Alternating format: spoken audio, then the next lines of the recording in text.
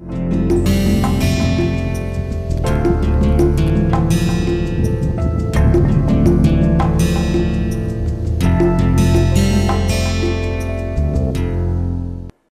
this is our fourth session of week 40 on marketing management advanced concepts.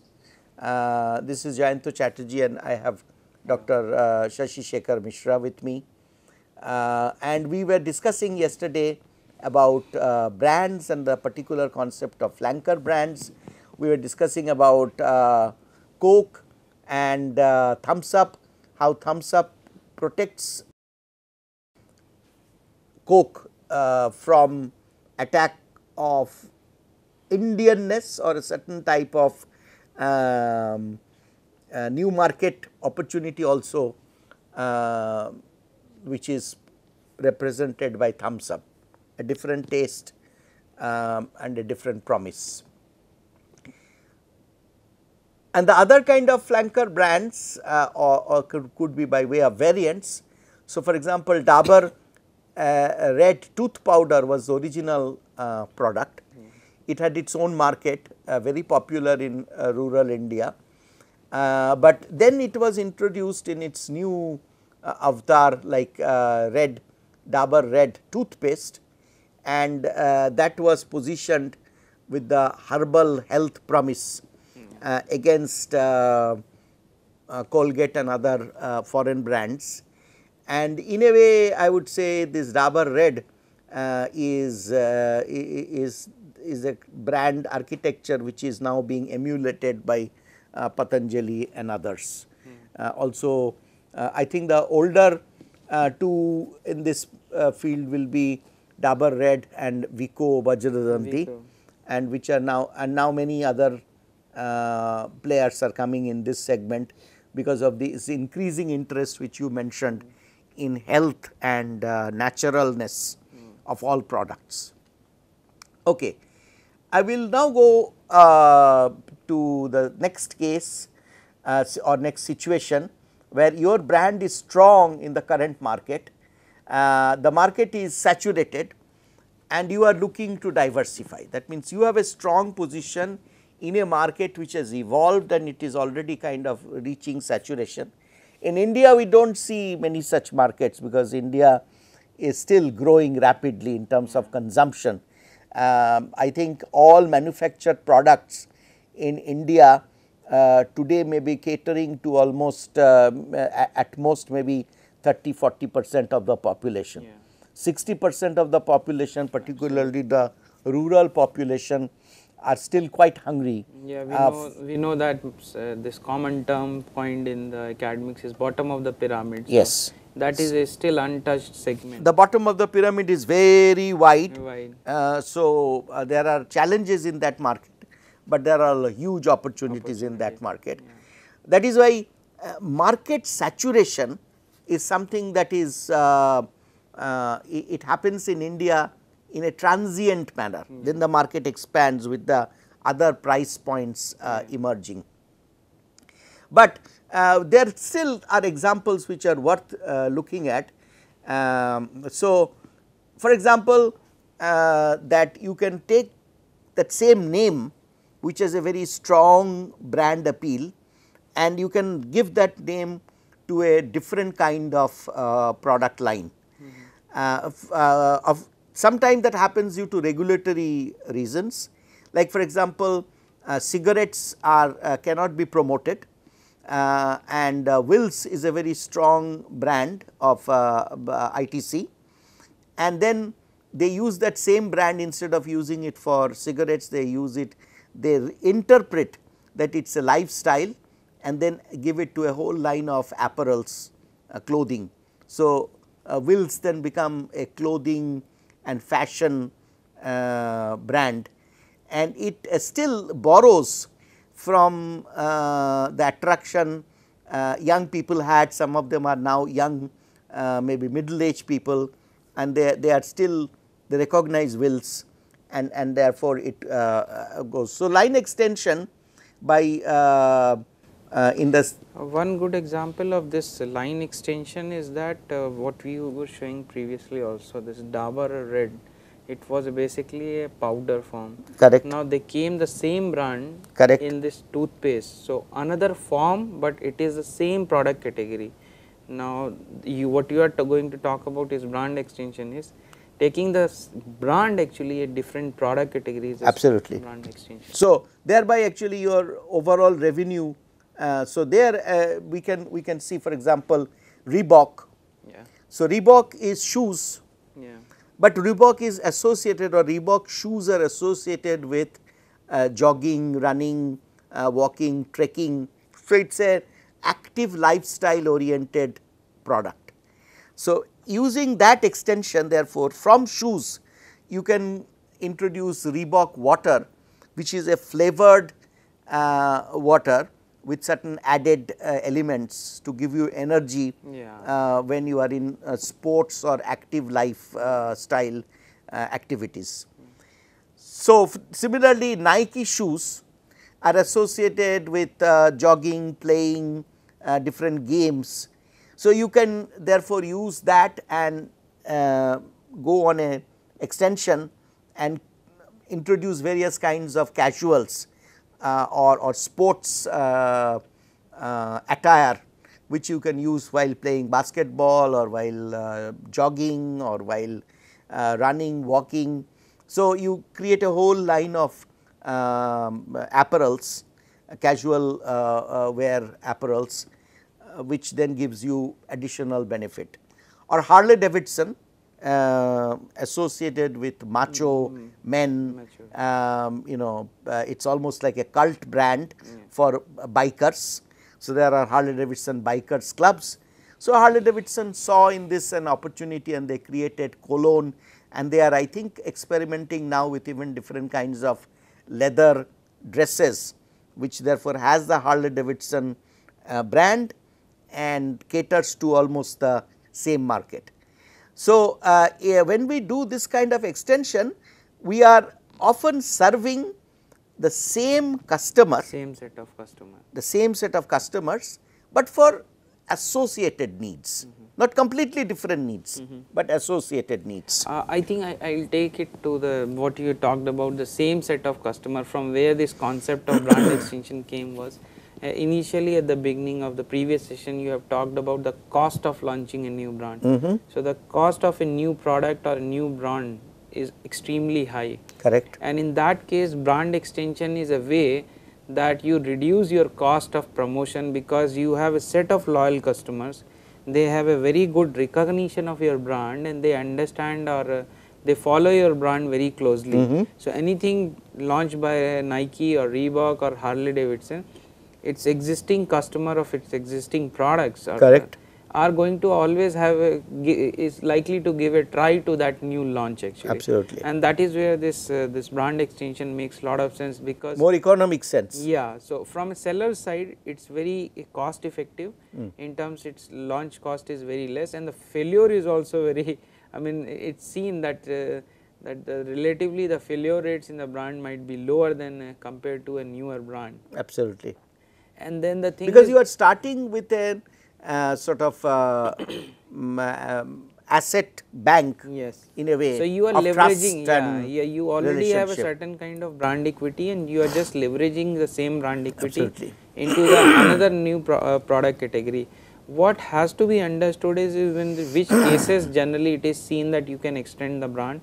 So I think there are three dimensions under which you can leverage the brand equity. Is that if you have a certain kind of substitute product. So if you are a manufacturer of a tea, and if you see that upcoming segment or upcoming market is coming for coffee or the other beverage, you can take the same brand. So Ness tea or Ness coffee, the different. So Nescafe is a very famous brand, but you can use that Ness and you say Ness tea. Yeah. So that is one thing, and then you see that the complementarity is another dimension, the second dimension, where you see if you make certain kind of product, if you make a keyboard and if you launch basically a mouse there, or if you are a manufacturer of LCD and if you come out with any complementary product with that LED TV, then that will go as a basically you can launch it as a basically as a brand extension in the new product category, because customers understand that you are a brand that is present in that space.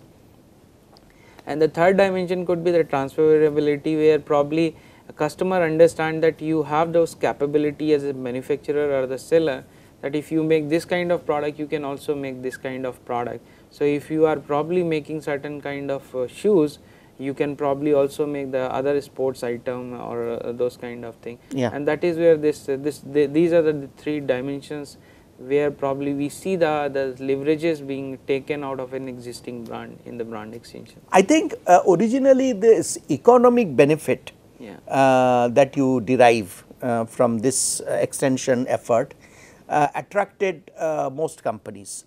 So Sony was a strong player in music system around the world in consumer electronics. So they first expanded from their position to they introduced Sony camera. Then they saw that why not we go into the adjacent area, adjacent market. So they started producing cassettes and CDs which go into music system. So they acquired content manufacturing companies. They went one step forward and they acquired movie making companies. So because movies and they are all part of the same entertainment basket, and thereby they often actually we have seen that conglomerates like Sony have been created by this process of creating brand extension.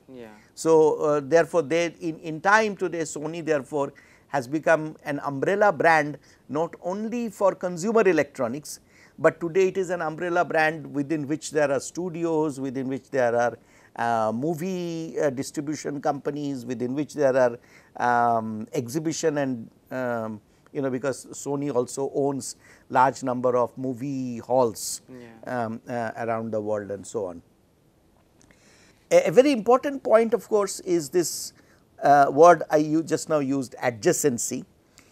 With that I want to introduce this other word which is on the screen, congruence, which means that there must be some rationale, some logic by which the customer will be able to create in his or her mind that this goes together.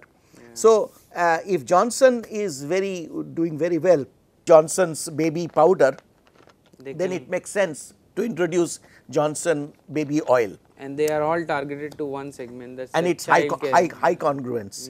Baby but care. Sometimes this congruence point is very important because like say Harpic toilet cleaner, right. So it is now things that we do in the toilet. So like but if we now create a Harpic toothpaste, then this congruence will be detriment. So therefore that kind of brand extension here we have put it in a humorous manner, but even large companies sometimes have made this mistake. They have introduced products which have gone against the logic of congruence, and thereby that particular brand extension has failed, and often sometimes it has harmed the original. Same brand name and different product in the same product line, continuing examples like Dove soap and Dove shampoo, or Lenovo PCs and laptops as you were mentioning, or Sony as we discussed. And the main important point is that line extensions are safer strategies than brand extensions, since congruence in line extension is always higher. So therefore, like going from PC to laptop or from soap to shampoo is a surer recipe than say going from soap to toothpaste, because you are extending it a little, the adjacency is far removed in some cases.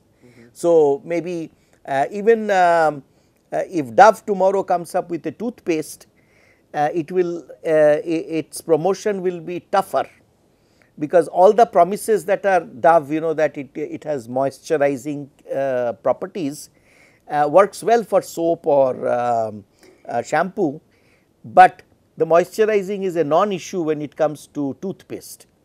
Then it will not be that easy, even though it will be going to the same type of customer, even though it will be for similar type of ritualistic activities, our daily activities, daily chores, but yet it will be much tougher to promote Dove toothpaste, because they will have to come up with another property that will link the two.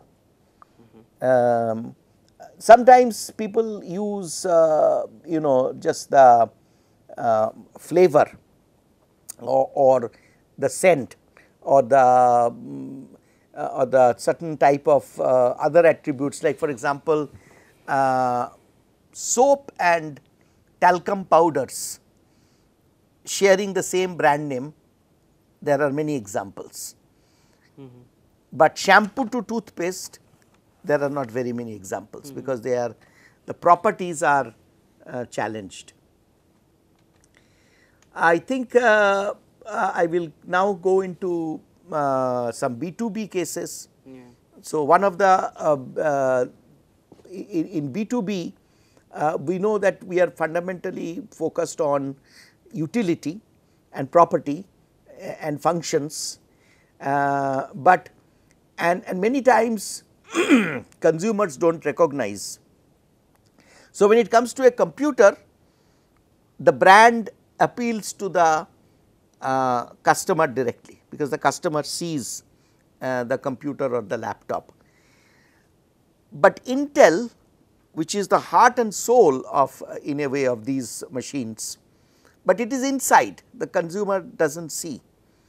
But at one point of time, Intel understood that it is very important for them to protect and create a brand position, because they were threatened by emergence of people like AMD, and they said that we must create a situation that where people will ask the computer seller.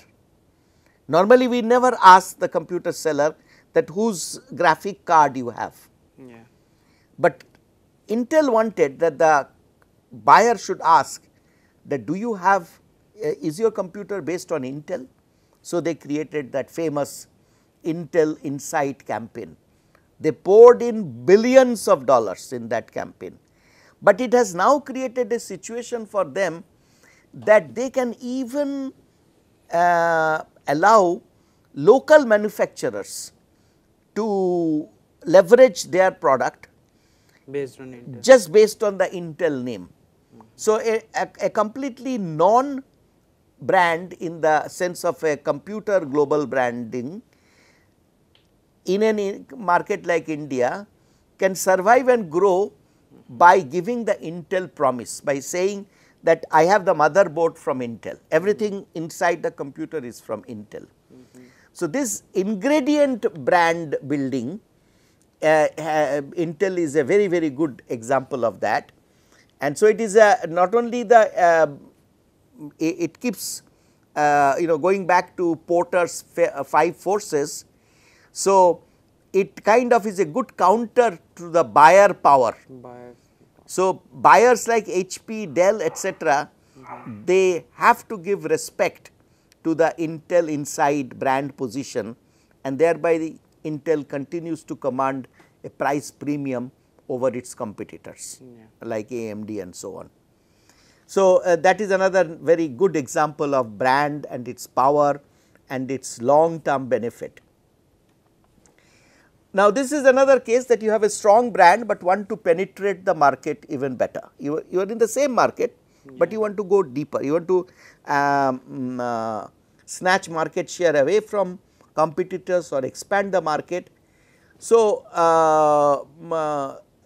sometimes we use for this complementary branding, like for example, State Bank of India.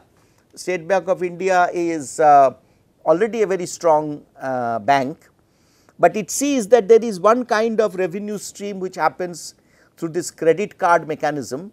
So, they create a co-brand by tying up with Visa or MasterCard, and they have SBI Visa or SBI MasterCard and so on. Or for example, IRCTC, which has a very powerful internet commerce, e-commerce engine, one of the biggest in India and one of the most robust, and they see that people who travel, they often look for transit accommodation, some budget hotel near the station. They may have to catch the flight next morning or take another train and so on. So, they tied up with Ginger hotels, and in the process, what earlier they attempted to do this rail Yatri Niwas, now those have been upgraded, and this combination or co-branding is working pretty well. Yeah. So, these were some examples of different situation, and we can now in two matrices we can put it all together. So, if we have on product old and new and market old and new, then we can see that these are this is in a way another representation of the famous Ansoff matrix.